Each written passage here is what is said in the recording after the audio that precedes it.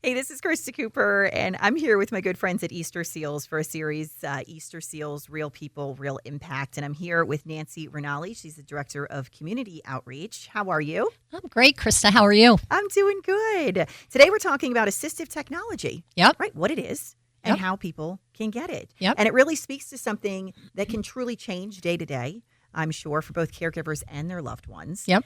So let's kind of break it down from the beginning and let's talk about what exactly assistive technology is for those who don't know. Yeah.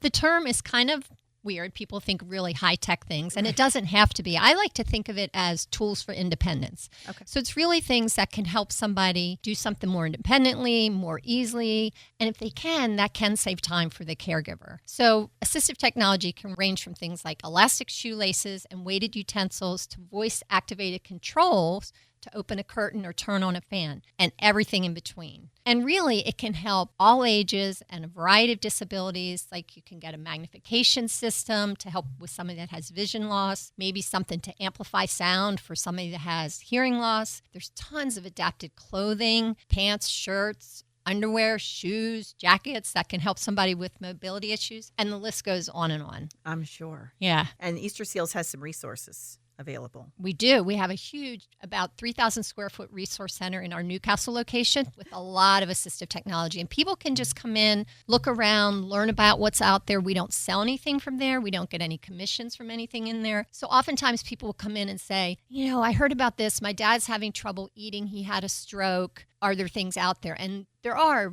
eating utensils, but because the person said they had a stroke, they're probably having difficulty with dressing, with bathing, with eating. And so there are lots of things that we would show them in addition to that. And so people can walk in for that tour. Actually, now that you're speaking to it, I remember on my tour actually being in that space. Yes. For somebody that may not be able to make it there, do you offer a virtual option? We do. We do. It's a live virtual tour, too. So it's not just something recorded. Yeah. It's a live virtual tour. We can set it up with them through Teams or Zoom. They'll come in and we'll show them the resource center, just like when you were there. And you could ask questions or you could say, show me that across the room. We'll go across the room. The camera will follow. And so it's just like you would be there. Yeah, and I'm sure that that's a nice option for people that aren't able to get out of their home. Yep. Let's talk about the impact then on how assistive technology helps caregivers day to day. So it can help in two ways because it restores some independence and dignity for the person that needs care. And that can be really beneficial just, to make that person feel better. That's going to help the caregiver.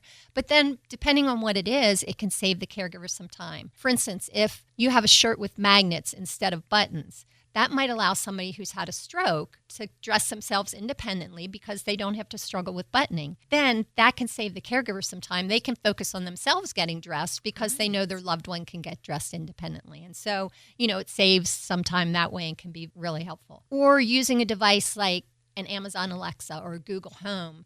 People can use that to set up things. And you probably saw it when you came in, a fan or a light. And so the person can do that using their voice or using a tablet or a phone. And then again, the caregiver is having to take time away from cooking breakfast to come in and turn on the fan or turn on a light. Right. And it helps in both ways. Yeah, I was going to say it saves time, but then it also shows a little bit of independence. Absolutely. Right? And so it kind of can work hand in hand. Yeah. In that regard. Now, some people might be thinking cost because a lot of people, that's the first thing they think about, right? Yep. Like, can I afford this? How can I have access to this? Does insurance pay for assistive technology? Or how does somebody get it? For some things, like they will pay for Medicare or Medicaid might pay for bathroom modifications, for a walker, for a wheelchair, things like that.